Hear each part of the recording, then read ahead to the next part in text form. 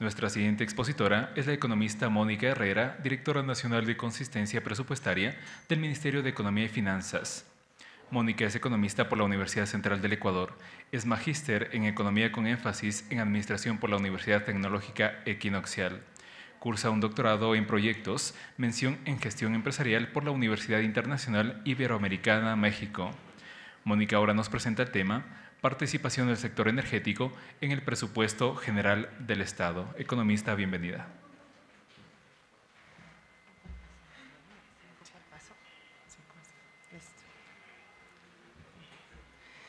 Buenos días con todos y todas.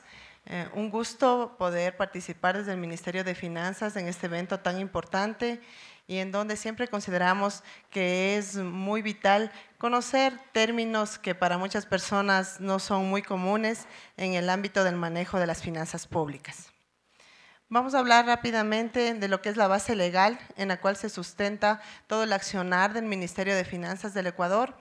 La primera gran herramienta con la que contamos es la Constitución de la República, en donde se estipula que el Estado debe garantizar la distribución equitativa y solidaria del presupuesto para ejecutar las políticas y prestar los bienes y servicios públicos.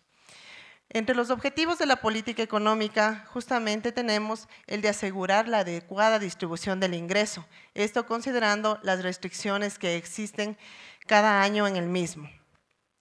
Asegurar la soberanía alimentaria y energética y fundamentalmente mantener la estabilidad económica del país.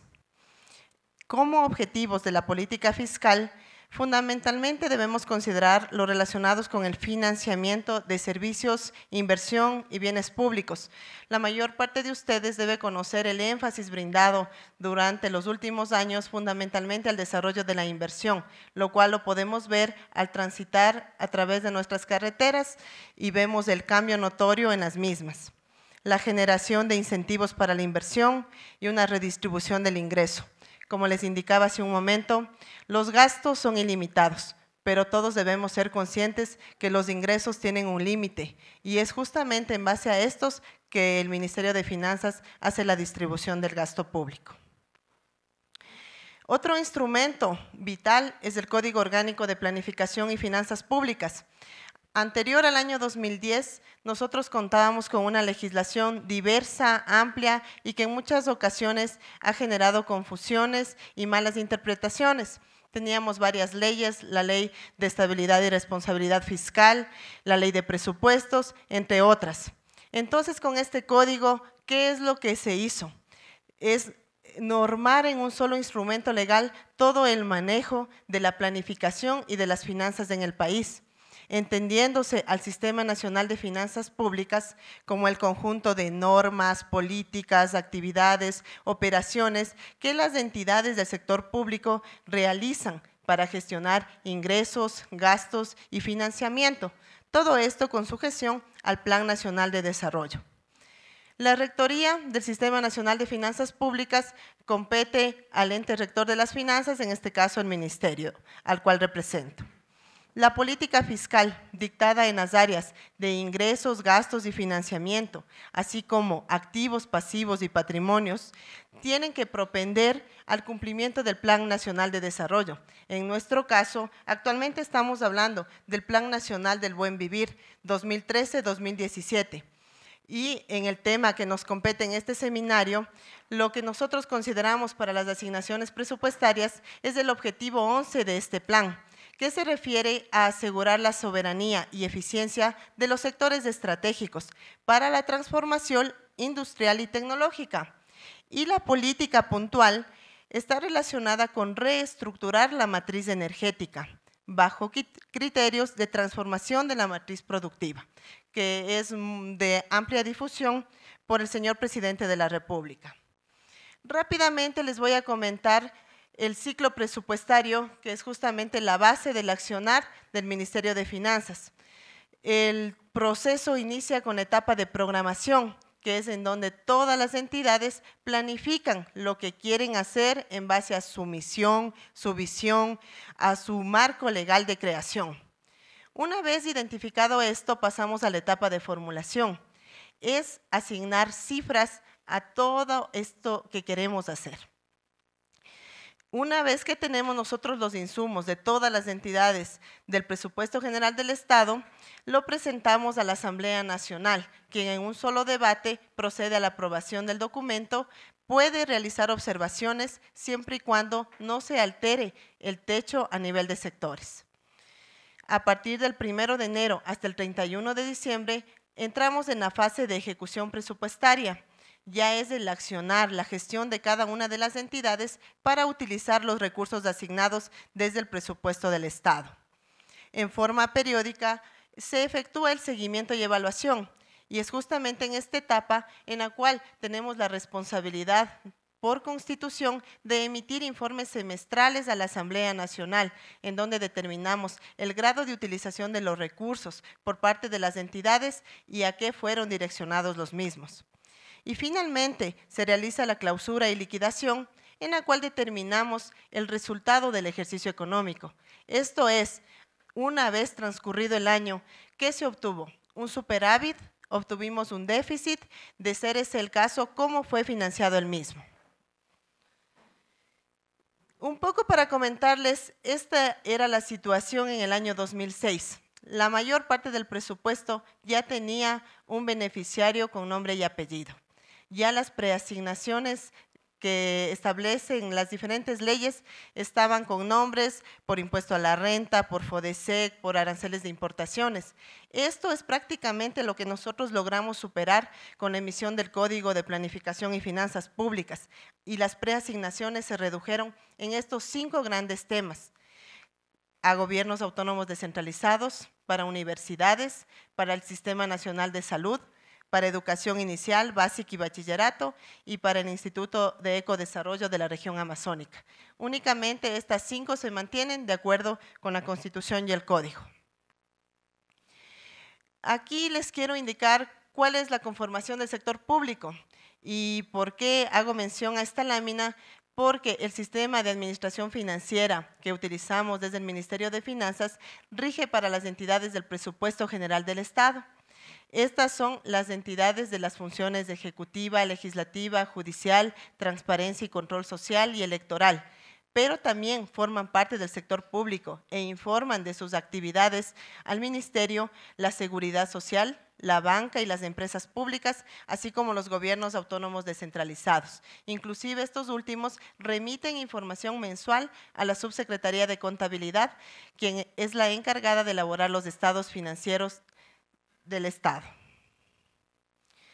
Rápidamente, una definición de presupuesto general del Estado, que es el instrumento para la determinación y gestión de los ingresos y egresos de todas las entidades que constituyen las funciones que les indiqué anteriormente.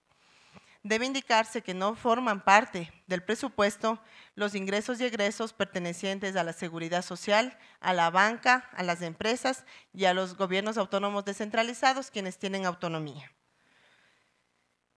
Los ingresos del presupuesto general del Estado.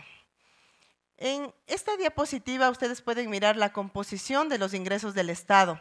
La mayor parte del pastel prácticamente se concentra en los impuestos, hablamos de un 40%.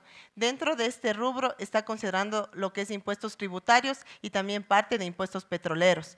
Tenemos transferencias y donaciones corrientes y transferencias y donaciones de inversión y capital, en donde también interviene la participación de petróleo. Considerando que estamos hablando de sector energético, mi presentación va a referirse en el tema de gasto a las asignaciones referidas para lo que es electricidad, y en el ingreso también nosotros cómo contribuimos con el sector de hidrocarburos. En alguno de estos días, algún analista económico había indicado que cómo es posible que al presupuesto general del Estado solo se reflejen más de 3.000 o algo como 3.000 millones de dólares, cuando los ingresos provenientes del petróleo son más de 15.000. Esta lámina es muy importante para que ustedes entiendan. Es una evolución histórica. Me voy a referir al año 2013, que es el que acabamos de finalizar, en donde los ingresos brutos estimados por petróleo ascendían a 16.390 millones de dólares. Y como bien indicaba el ingeniero que me antecedió en la palabra, es importante mencionar que las empresas necesitan recursos para reinvertir, para operar, para mantener su funcionamiento. Es así como en el 2013, para Petroamazonas, tanto por costos como por inversiones, le correspondía 3.475 millones. Para Petroecuador, 2.474. En este rubro está incorporado lo que es costos, lo que es inversiones y también, por ejemplo, la Ley 10, que establece que por cada dólar de barril de petróleo, cada dólar debe invertirse en el ecodesarrollo de la región amazónica. Para la Secretaría de Hidrocarburos, 1.555 millones. Otro elemento a considerar es el financiamiento de derivados deficitarios que tenemos en el país. Como la mayor parte de ustedes deben conocer, la generación de combustibles para el consumo interno de derivados no es suficiente, por lo que nosotros tenemos que importar derivados y eso se asume también en este monto. Para el año 2013 hablamos de 5.885 millones y para el 2014 está previsto 6.233 millones. ¿Esto por qué el incremento? Porque ustedes saben que la producción se ve afectada por el mantenimiento de la refinería de Esmeraldas. Con este antecedente, ¿cuál es el saldo que queda para el presupuesto general del Estado que se direcciona a financiar proyectos de inversión? En el 2012 totalizaban 4.000 millones, para el 2013 3.000 millones y en la proforma presupuestaria del año 2014 están previstos 3.071 millones de saldo que puede disponer el Ministerio de Finanzas para la inversión pública. Esta es la evolución de los ingresos petroleros del PGE. En el 2013 pueden fijarse que se recaudó efectivamente 4.820 millones. Aquí hablamos de aproximadamente un 11% del presupuesto. Y si tomamos en cuenta las cifras estimadas, en el año 2013 representaban aproximadamente el 8% y para el 2014 implica el 9% del presupuesto total del Estado. Es importante considerar que la proforma presupuestaria se la realiza en base a las estimaciones que están a cargo de las entidades que dominan estos temas y de las variables macroeconómicas establecidas para el país, pero una vez que finalice el año ya contamos con cifras reales y por eso se puede ver la variación. Los gastos del presupuesto. Hemos hablado de los ingresos, ahora vamos a hablar de los gastos. El presupuesto general del Estado está conformado por 21 sectoriales. En esta lámina no están descritos los 21 porque era más difícil su visualización. Nos vamos a concentrar en lo que es el sectorial recursos naturales, en el cual está registrado el Ministerio de Electricidad y Energía Renovable. Y también el Tesoro Nacional, es la cuenta que maneja el Ministerio de Finanzas para poder registrar, en el caso energético, las asignaciones por concepto de déficit tarifario y tarifa de la dignidad, básicamente. La cuenta de financiamiento de derivados deficitarios, que les hablé hace un momento, la tenemos registrada por el lado del ingreso y por el lado del gasto.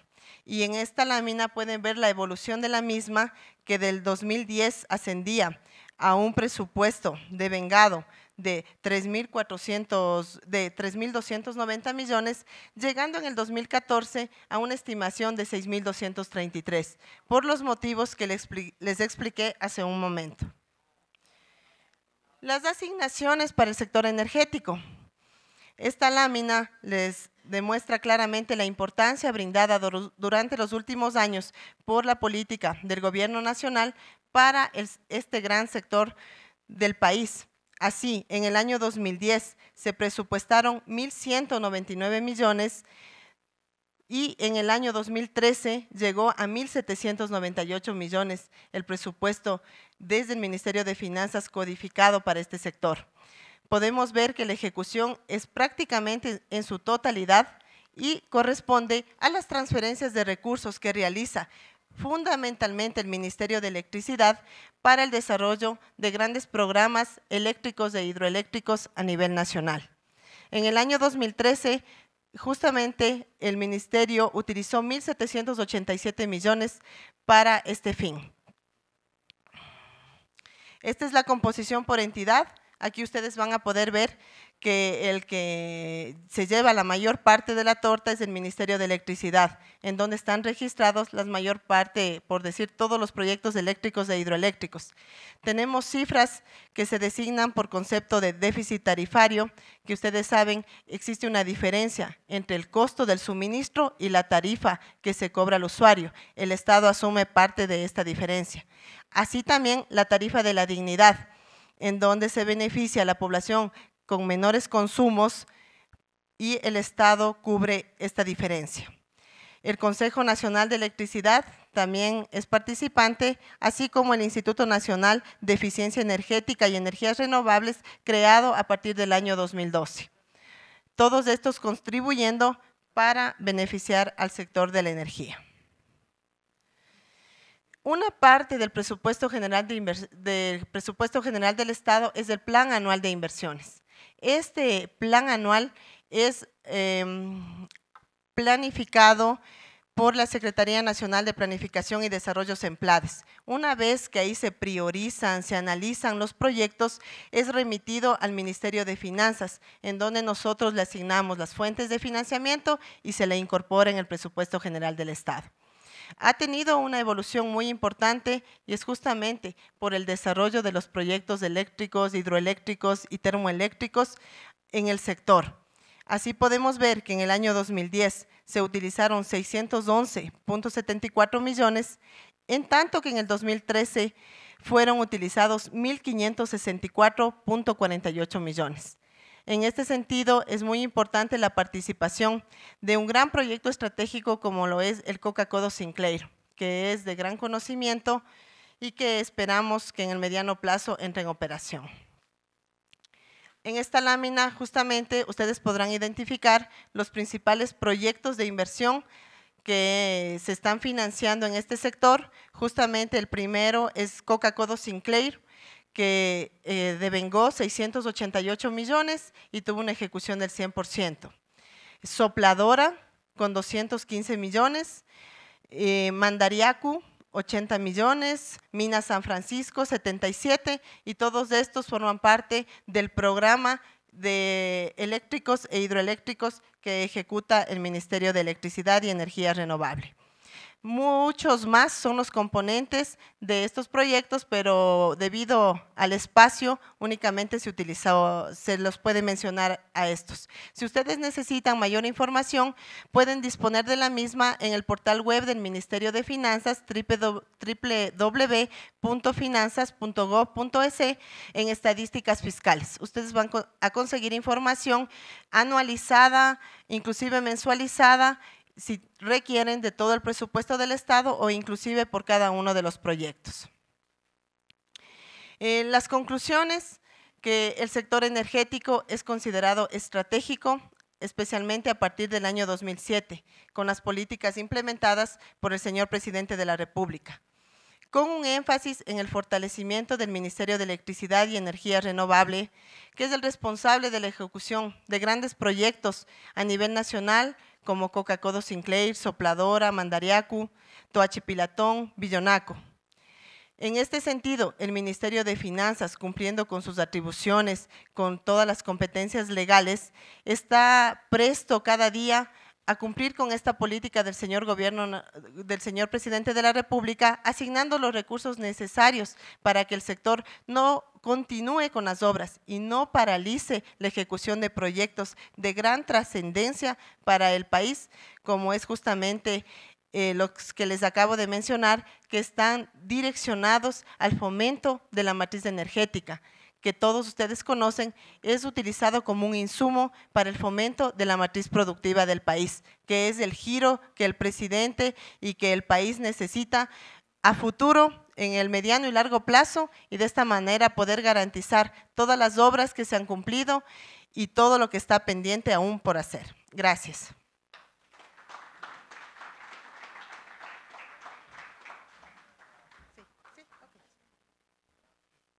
Agradecemos a Mónica Herrera, directora nacional de Consistencia Presupuestaria del Ministerio de Economía y Finanzas. Tal vez ustedes tienen alguna inquietud, alguna pregunta. Por favor, si nos ayudan con el micrófono.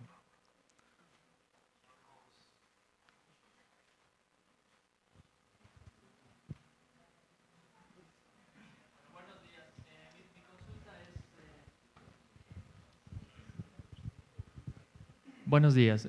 Mi consulta es si es que ustedes cuentan con la información de inversiones que han habido antes del gobierno actual, cómo estuvieron las inversiones en el sector eléctrico y si han hecho alguna comparación con lo que se ha hecho en estos últimos 7 años. Si ha habido, cuál es el crecimiento y cómo se ha reactivado esto.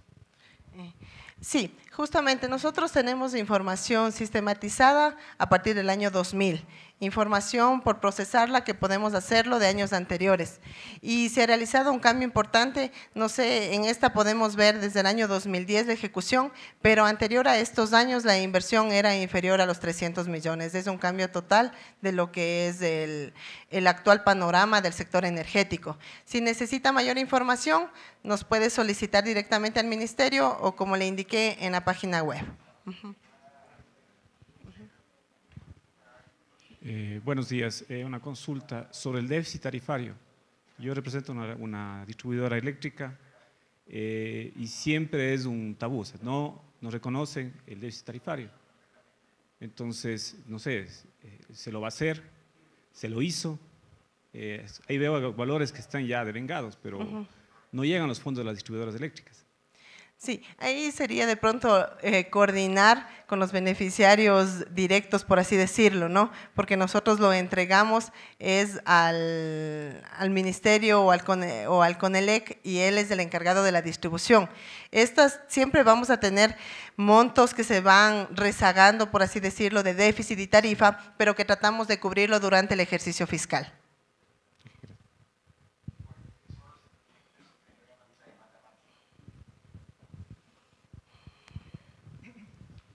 Sí, economista, buenos días, muchas gracias. Me queda una pequeña duda, en lo que hablamos de subsidios, en el peso del presupuesto. Si hablamos del total subsidios más o menos del año 2013 en comparación con el 2014 superan los 6.000 millones de dólares.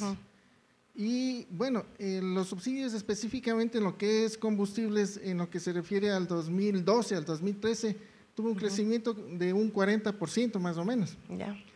Pero del 2013 al 2014 se estima, según el presupuesto, una disminución de 200 millones. O sea, ¿cómo o en dónde se va a disminuir ese subsidio? Si tenemos programada una para de la refinería de Esmeraldas. Sí, bueno, en parte este tema de los subsidios un poco se ve reflejado en esta lámina que me permití elaborarla de la cuenta de financiamiento de derivados deficitarios, en donde podemos ir notando el crecimiento notorio de la misma. Y no nos olvidemos que este monto reflejado de 6.233 millones es el presupuesto inicial. El presupuesto sufre modificaciones durante todo el ejercicio económico y de ser necesario mayores recursos para este fin, el Ministerio tiene la potestad de hacer incrementos al presupuesto hasta el 15% del monto aprobado por la Asamblea. Una vez que se supere ese techo, tendríamos que remitir a la Asamblea Nacional. Pero de ser necesario, el Ministerio realizará las asignaciones necesarias durante el ejercicio fiscal. Buenos días, economista. Mi duda estriba en un tema, como usted bien lo ha dicho, el Código Orgánico de Planificación le permite al Ministerio de Finanzas manejar este 15%, ya sea más o menos del presupuesto que es aprobado por la Asamblea. Sin embargo, bajo ese punto de vista, al inicio del año, el presupuesto asignado a los diferentes ministerios, especialmente del coordinador de sectores estratégicos, que es en donde se enfoca una gran parte del presupuesto general del Estado, no reciben o reciben una rebaja sustancial con respecto al presupuesto que fue aprobado por Semplades. ¿Cuál es el criterio que se aplica para esta reducción considerable dentro de sus facultades? Ya, le comento un tema. El presupuesto prácticamente nace con la asignación que asigna el Ministerio de Finanzas. Como yo les indicaba, a Semplades las entidades tienen que presentar sus proyectos de inversión, se realiza el análisis, los priorizan y luego se realizan reuniones con ministerios coordinadores y las autoridades. Y finalmente se la presenta al señor Presidente de la República, en donde va realizando ajustes en base a la política a implementarse cada año. Una vez que tenemos estos pasos previos, ese documento final es el que se lo incorpora en la proforma. Como usted también lo mencionó, tenemos la potestad de hacer incrementos de hasta el 15% del presupuesto y conforme los proyectos van demostrando ejecución y necesidad de recursos adicionales, el ministerio va asignando los mismos. Porque en muchas ocasiones nos ha sucedido que las entidades nos solicitan incrementos de recursos y al finalizar el año nos piden que por favor les bajemos del techo porque les demuestran menor ejecución. Entonces, lo que estamos haciendo esta vez es prácticamente, conforme las necesidades de las entidades, ir incrementando. El plan anual de inversiones en el año 2013 fue de aproximadamente 6.000 millones de dólares, considerando que fue un presupuesto prorrogado. Para el año 2014 hablamos de 7.800 millones de dólares y se espera que al finalizar el año el mismo ascienda a aproximadamente 9.000 millones de dólares, en base a la ejecución que vayan demostrando las instituciones. Buenos días. Tengo una pregunta que tal vez pueda ser sencilla de hacerla, no sé si de contestarla. Dentro de la parte del financiamiento que ustedes han venido mencionando, es evidente que nosotros tenemos, bueno, primero en la página web hay mucha información del tema de proyectos y demás, he tenido la oportunidad de visitarla, pero desde la parte del financiamiento no es tanto así. Y claro, la pregunta ahí es, ¿cuánto y en qué proyectos estamos financiándonos con China? Y la pregunta puntual es, ¿a qué tasas? Que eso no se lo encuentra en la página web, no hay en documento alguno. Ojalá usted pueda, como funcionaria del ministerio, contestarnos, porque creo que es una duda que nos asalta a todos los ecuatorianos, saber a qué tasa nos endeudamos con los chinos. En el caso de los bonos global, están disponibles los rendimientos en todo lado, pero es un misterio la tasa con China. Ojalá la pueda contestar. Gracias. Pues sí, como lo indicó, una pregunta un poco difícil de contestar. En el ministerio tenemos diferentes áreas, cada una especializada en su tema, y cualquier información se la puede solicitar porque estamos prestos a temas de transparencia y rendición de cuentas. En este momento no le podría decir la tasa porque no la tengo en mente, pero siempre se firman los contratos pensando en lo mejor para el país.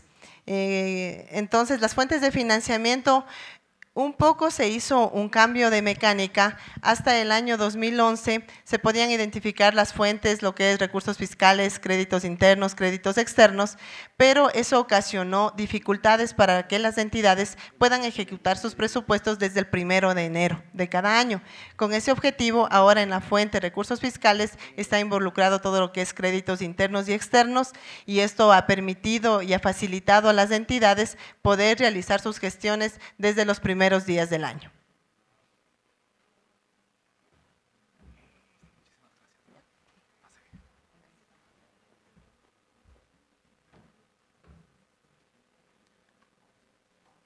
Agradecemos la participación de Mónica Herrera.